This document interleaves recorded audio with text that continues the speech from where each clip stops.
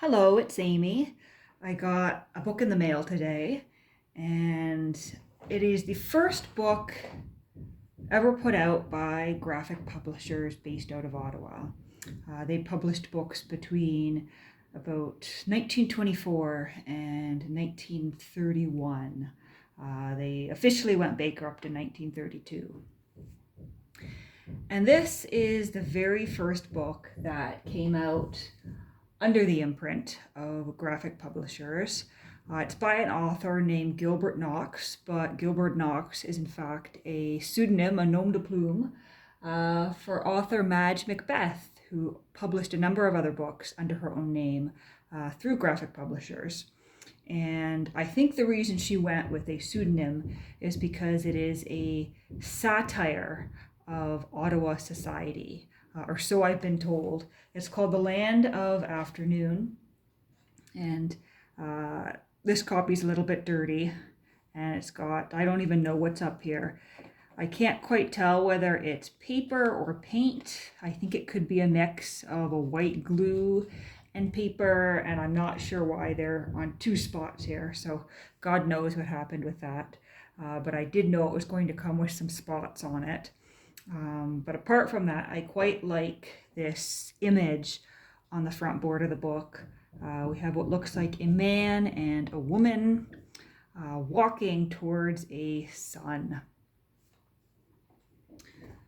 On the spine here, we are missing the emblem of graphic publishers, which is present on, I think, as far as I can tell, pretty much every other book that graphic publishers put out. But I guess it's to be expected with their very first book. It might be a little bit different than some of the later books from graphic publishers. We don't have the colorful end papers here. We do have a stamp of somebody's name, A.F. Hanley. Some notations from the bookseller. I'm not sure what October 7th 20 means. My indication would be either that's when the bookseller acquired this book, or he made an error and it's supposed to be 21, because I do believe I ordered the book on October 7th or 8th. And I apologize if you're hearing the hammering in the back. They're still working on the brickwork on the outside of my building every day for several hours. The Land of the Afternoon on the half title page there. And there's the full title page with the subtitle saying it is a satire. There is the publisher's logo and the name of the publisher in Ottawa. And it was interesting because I actually looked up, based on a notation I'd found in a collection of letters by Frederick Philip Grove, who was on the editorial board of this publisher for a couple of years. Reading those letters, I was able to find the former address of the publisher. And so I actually looked up where Graphic Publishers was located. It was located on Nepean Street here in Ottawa, so just a couple of blocks from Parliament Hill and the Supreme Court. But I looked it up on Google Maps, and the original building seems to be gone. There's other buildings at the address, but I thought it was interesting because I think I've walked by that spot several times in the years I've been living in Ottawa. And I never thought to look for anything in particular there, but now I know that's the spot where graphic publishers' offices were once housed. So 1924, copyright to Gilbert Knox, printed in the Dominion of Canada, all rights reserved. Quote from the Lotus Eaters. Forward. However this novel may be classified by readers or librarians, it is frankly intended to be a satire upon some phases of social and political life in Canada. Satire is properly a criticism of human folly, of unworthiness in a class or in the mass, and the exact living of people in real life is no part of its métier. When it makes such an attempt, it ceases to be satire, and tends to become biography seasoned with defamation, a sad misuse of what is broadly regarded as a medium for the regeneration of society. But however satire is regarded in the abstract by his readers, the author desires it to be clearly understood that all the characters upon his stages are purely imaginary. While he thought it necessary to occupy himself with some unpleasant minor types, on the other hand, he felt an optimistic joy in the recreation of his protagonist. He feels that Raymond Dilling is no false start, and with the practical ethics of Superman, on whom we mingle in everyday life contact. I'm reading this sideways. On the contrary, he believes that there are many men with whom we mingle in everyday contact, who, if put to test, would react with a moral firmness and fineness quite measurable with Dilling's conduct. So a rather elegant way of saying this is a work of fiction. Any resemblance to those living or dead is purely coincidental. But of course, it's probably going to have lots of resemblances to those living or dead. And, 100 years removed, I'm probably not going to recognize anyone. But perhaps I will. Perhaps I might be able to guess at who a character or two is supposed to represent. And yes, here we are. We begin in the Byward Market. The Byward Market is sort of a pub and market district in downtown Ottawa. It's actually just around the corner from Parliament Hill, and there's several embassies nearby too. So the United States Embassy actually faces the Byward Market, and the Byward Market has, your typical produce market sort of thing that happens on the weekends, but it's also just a series of streets lined with pubs, and I would say it's probably the biggest area for nightlife in Ottawa. And it's also probably the place you're most likely to get stabbed after dark in Ottawa. And it can be a bit sketchy in some areas. There's a McDonald's in the Byward Market, or just off of Byward Market, that is actually no longer open 24/7 for precisely that reason, because the police were called there so often that the McDonald's had to hire their own private security. And there is a very amusing video online of a man in a coat pulling a raccoon out of his coat in that McDonald's.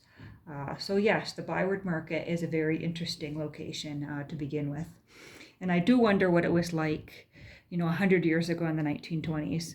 I'm sure, I know that many of the buildings that are there today were around the 1920s. And I suspect it was still very much, a place where you could go and eat and get food. And I suspect that's where a lot of the nightlife was. The Byward Market had been freshened during the night by a heavy fall of powdery snow that knew no peace from a bitter wind which drove it in stringing clouds up and down the street. The thermometer had made its record drop of the season. That sounds very familiar. And although it's been unseasonably warm here the last week or two, there are indications that we will see our first snowfall by Halloween. And there's talk about this winter possibly being the most snowy winter since the winter of 2000/01. The winter of '01, we got a big dumping of snow. I remember that year because I was a kid. And even my mom talks about that winter still, but the snow fell end of October, first week of November, and it never melted. It continued to snow and stay on the ground until I think late April, early May, when we got spring. But we often get some snow in October. In fact, I'm surprised we haven't had any flurries yet, but as I said, it's been unseasonably warm.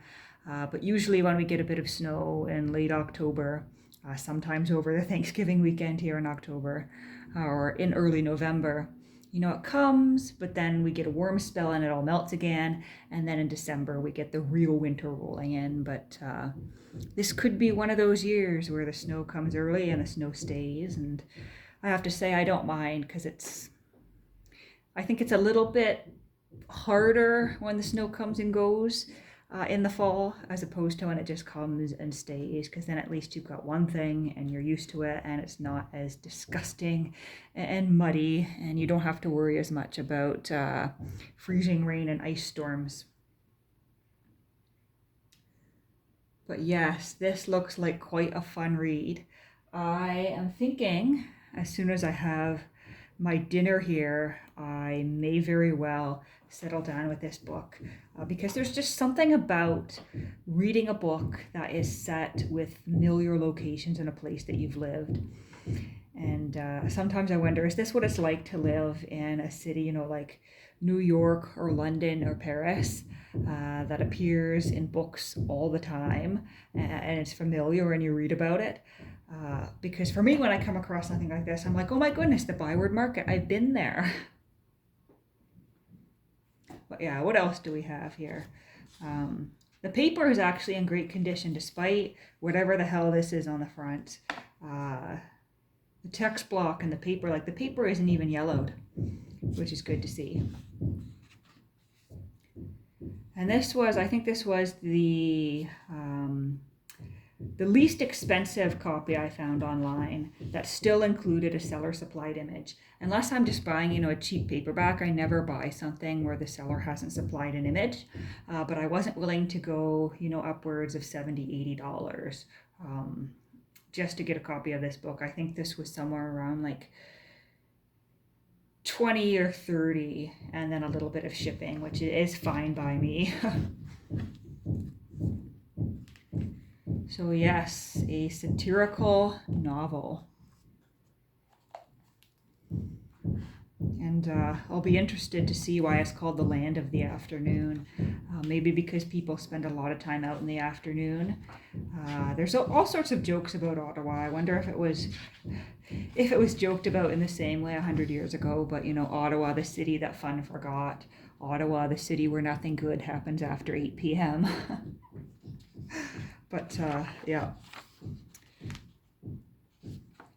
And it looks as though somebody might have done some sort of repair here. Either that or that's just the way the book was bound to begin with.